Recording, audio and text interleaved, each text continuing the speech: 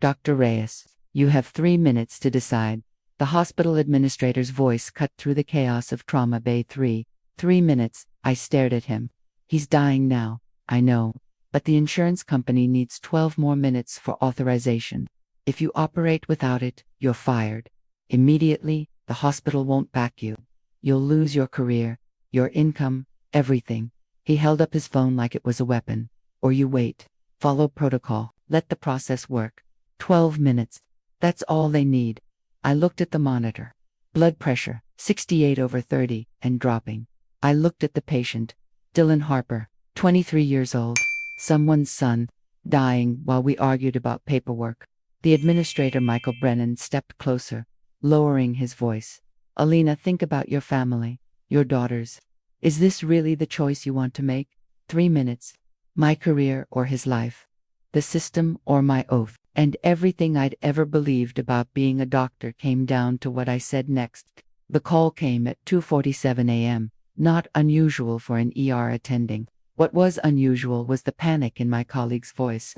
Alina, I need you down here. Now. Dr. Jasmine Cole never panicked. In 8 years working together, I'd never heard fear in her voice. Until tonight. 23-year-old male. Motorcycle versus drunk driver. Internal bleeding.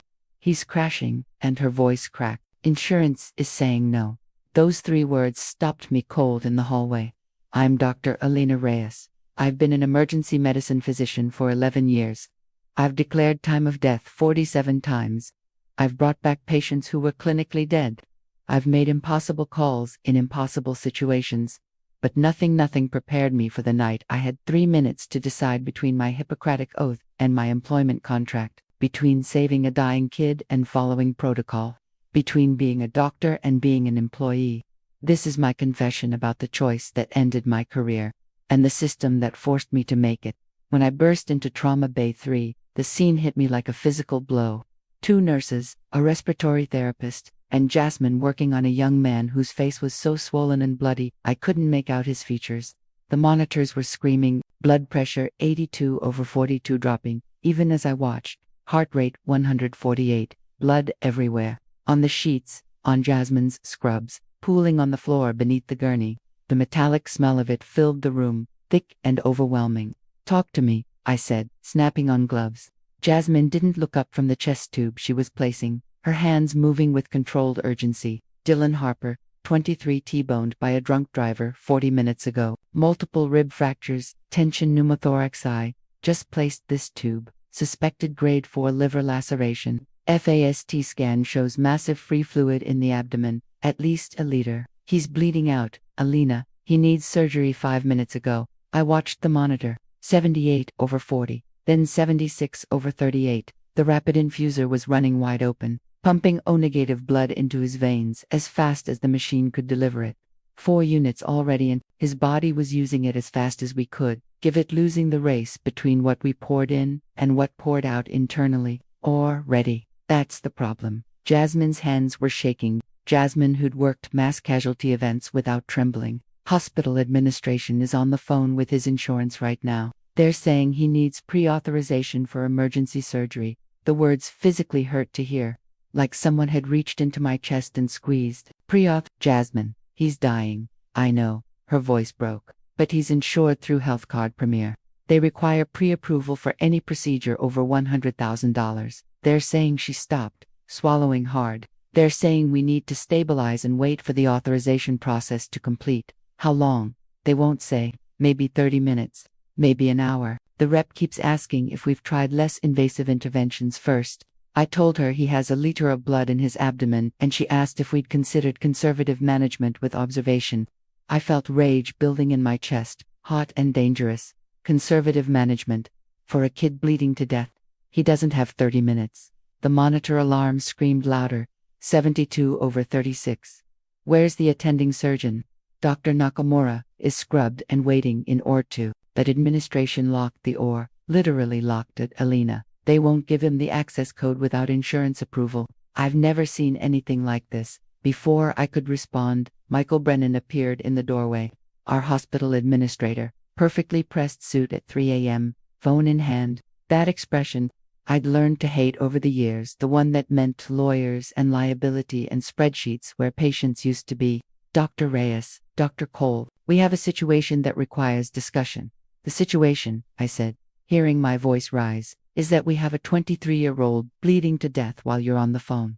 I understand your frustration, but we need to follow established protocols. HealthGuard Premier has very specific authorization requirements for emergency procedures, and if we don't comply, they'll deny the entire claim. We're talking about $150,000 to $200,000 in surgical costs that the hospital would absorb. Dylan's blood pressure, 70/34. He's going to be dead in less than an hour. Michael's jaw tightened. The insurance representative assured me they're expediting the review. She said 12 to 15 minutes. 20 at most. 20 minutes. I gestured at the monitor, at Dylan's gray face, at the blood-soaked sheets. Michael, look at that monitor. Look at him. He doesn't have 20 minutes. He might not have 10.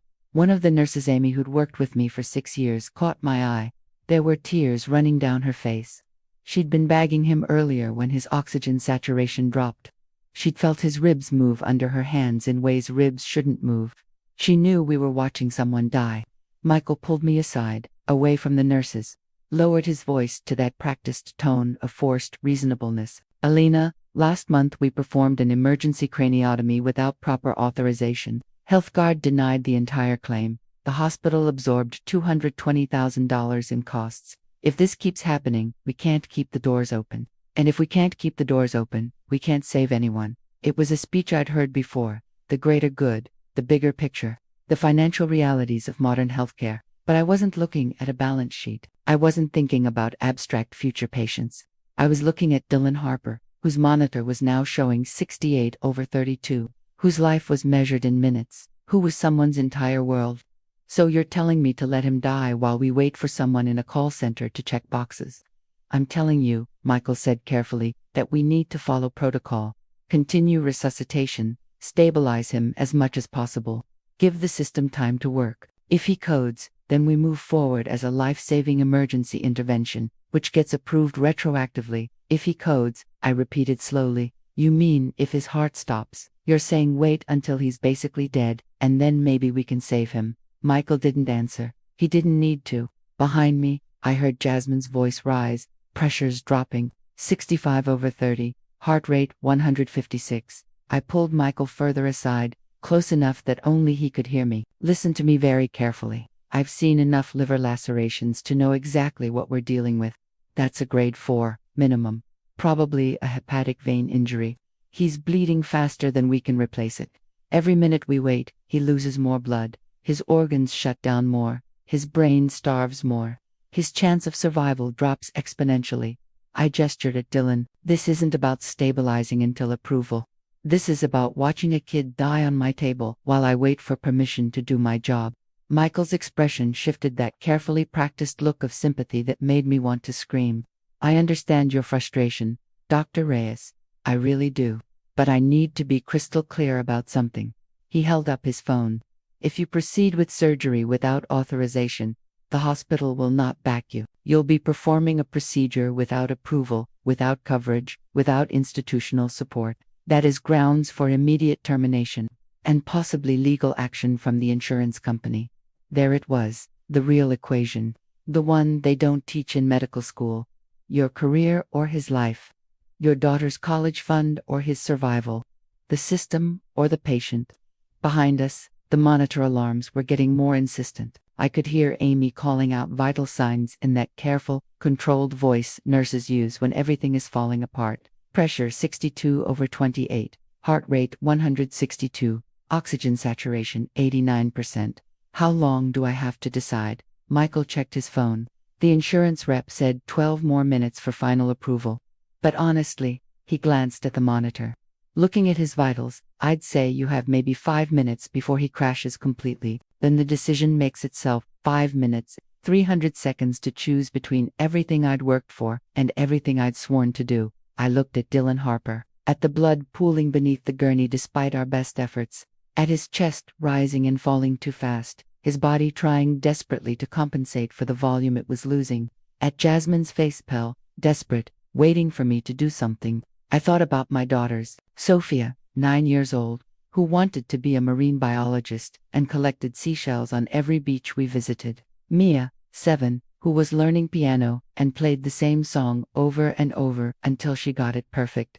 Their private school tuition that we could barely afford already. The mortgage on our house. My wife Carmen's face when I told her I'd just destroyed 11 years of career building and $320,000 in medical school debt. I thought about the oath I took on graduation day. My mother in the audience crying with pride. First, do no harm. Above all, preserve life. I thought about every patient I'd lost over the years, the ones I could save and the ones I couldn't, the ones who died despite everything we did right, and I thought about the ones who died because of what we did wrong, because we hesitated, because we followed rules instead of our training, because we chose the system over the patient. Mr. Peterson, who'd died of a pulmonary embolism while we waited for insurance approval for a CT scan. Maria Gonzalez, whose cancer spread while the insurance company debated whether the recommended treatment was medically necessary. James Wu, who'd had a treatable infection that became sepsis while we argued with a claims adjuster. I'd followed protocol every time, dotted every I, crossed every T, and they'd died anyway. Dylan Harper wasn't going to be one of them. Page, Dr. Nakamura, I said. Tell him we're bringing the patient to OR2 in 90 seconds. Jasmine's eyes went wide. Alina, page him now, and call the blood bank. Tell them to send up another 6 units of ONEG and 4 units of FFP. Move. The nurses sprang into action. Amy grabbed the phone. Nicole started unhooking monitors, preparing for transport. The respiratory therapist switched Dylan to a portable ventilator. Michael stepped directly in front of me, blocking my path. Dr. Reyes, I need you to think very carefully about what you're doing. I've thought about it. That kid has a ruptured liver and he's bleeding to death. He needs surgery, and he needs it now, not in 12 minutes, not after some insurance adjuster finishes their coffee. Now, if you do this, Michael's voice dropped to barely above a whisper. If you do this, you're done here. I'll have security escort you out the moment he's out of surgery. Do you understand that? Then you better call security. I turned to the nurses. Amy, call OR-2 and tell them we're coming up stat. Nicole, prepare him for transport. Jasmine, you're with me. Let's move. Dr. Reyes. Michael's hand was on my arm now, actually physically stopping me. For God's sake, think about your family, your career, everything you've built. Is one patient really worth all of that? I looked at his hand on my arm, then at his face, then at Dylan Harper, 23 years old. Someone's entire world dying while we had this conversation. I thought about Sophia asking me last week why I became a doctor. Because I wanted to help people, baby. Because I wanted to save lives, like a superhero. She'd asked, eyes wide, something like that. What would I tell her now? That I'd let someone die because it was safer for my career. That insurance paperwork mattered more than a human life. Yes, I said simply. He is. I pulled my arm free. Now, get out of my way, or I'll have hospital security remove you for interfering with emergency medical care. For a moment, I thought Michael might actually call security right then. His hand moved toward his phone. His face went red. I could see the calculation happening behind his eyes. The board meeting tomorrow. The lawsuit risk, the financial exposure, the precedent. But then he really looked at Dylan, at the monitor showing 62/28, at Jasmine's blood-covered hands, at Amy's tear-stained face, at the young man who was minutes from death. Michael stepped aside. This is on you, he said quietly. All of it, I know.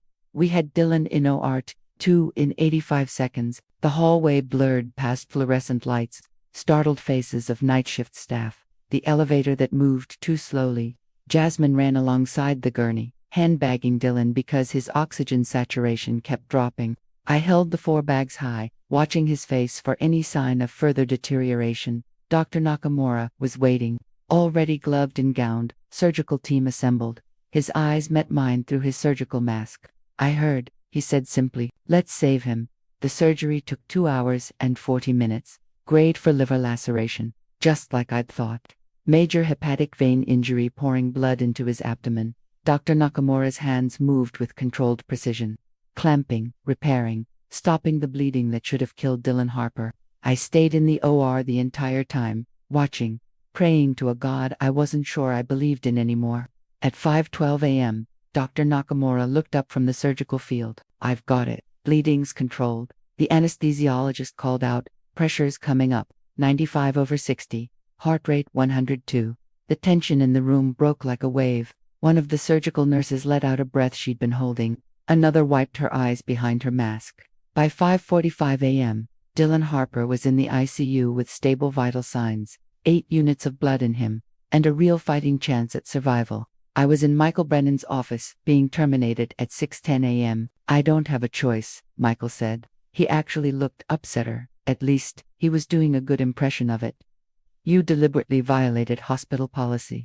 You performed a procedure without authorization, exposing the hospital to massive financial liability. I have a board meeting at 9 a.m., and I guarantee the first question they'll ask is why I didn't fire you immediately. I understand. Do you?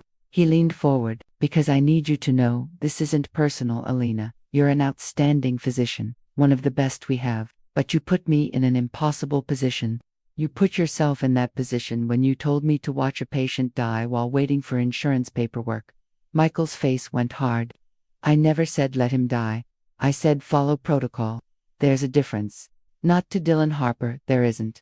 We sat in silence. Outside the window, the sun was coming up over the parking lot. Normal people starting normal days. Normal problems, normal choices. I'd just ended my career to save a stranger's life. The insurance company denied the claim, Michael said finally. All of it.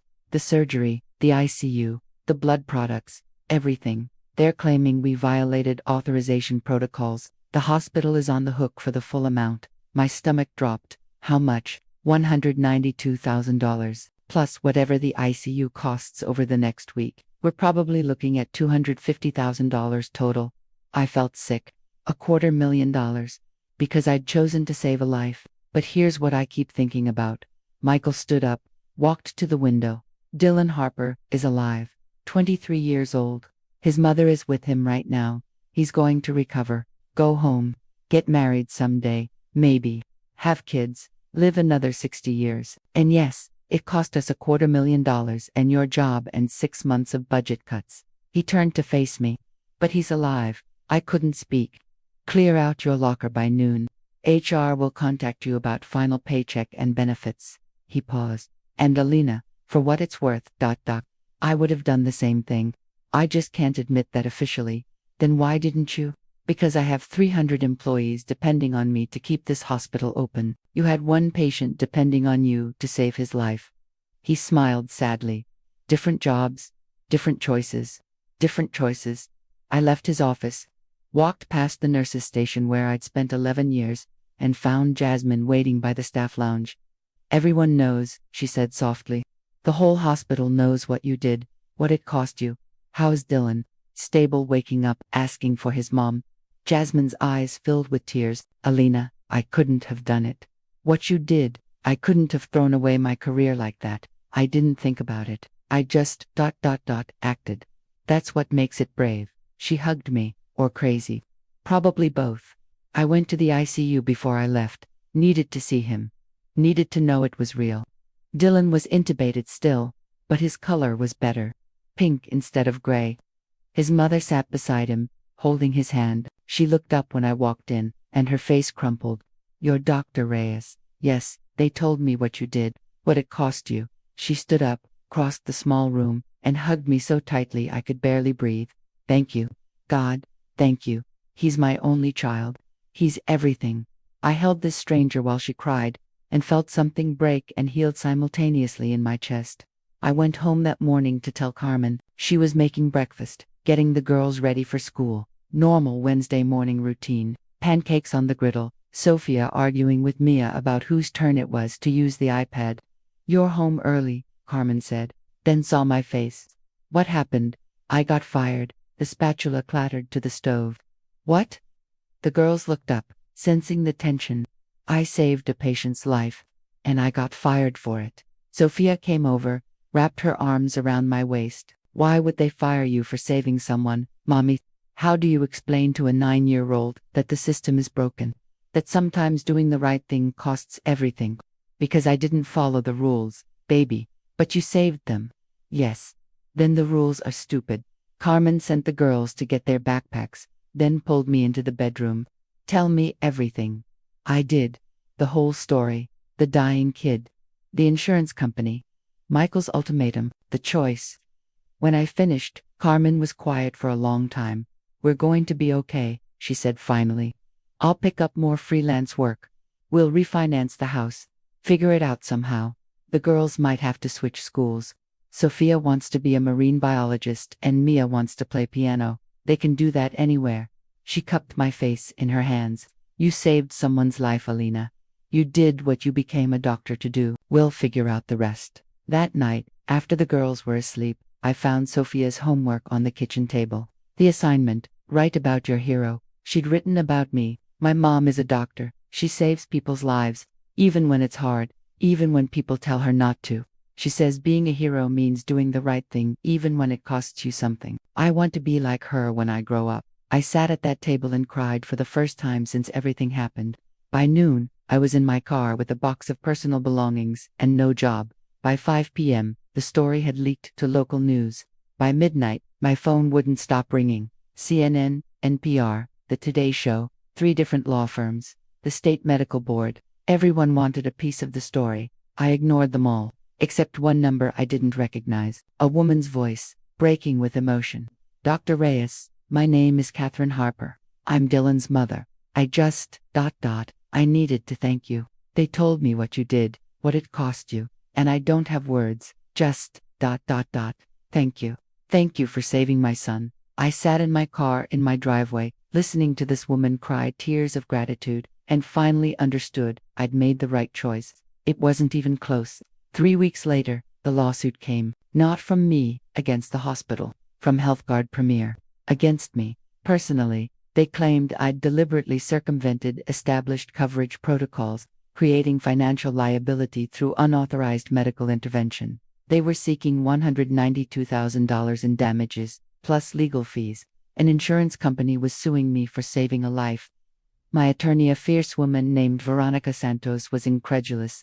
This is insane. They're actually arguing you should have let him die rather than skip their paperwork. They understand this will be front-page news, right? They don't care. It's about precedent. If doctors start ignoring protocols because patients are dying, they lose control. Good. They should lose control. The system is killing people. The case went viral. Suddenly I was everywhere. 60 Minutes. The doctor who chose her patient over her paycheck. Healthcare hero or protocol violator. I hated every second.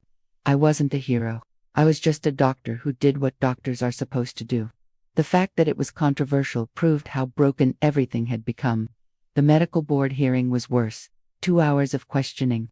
Dr. Reyes, did you consider how your actions could harm the hospital's ability to serve other patients? I considered that Dylan Harper was dying in front of me.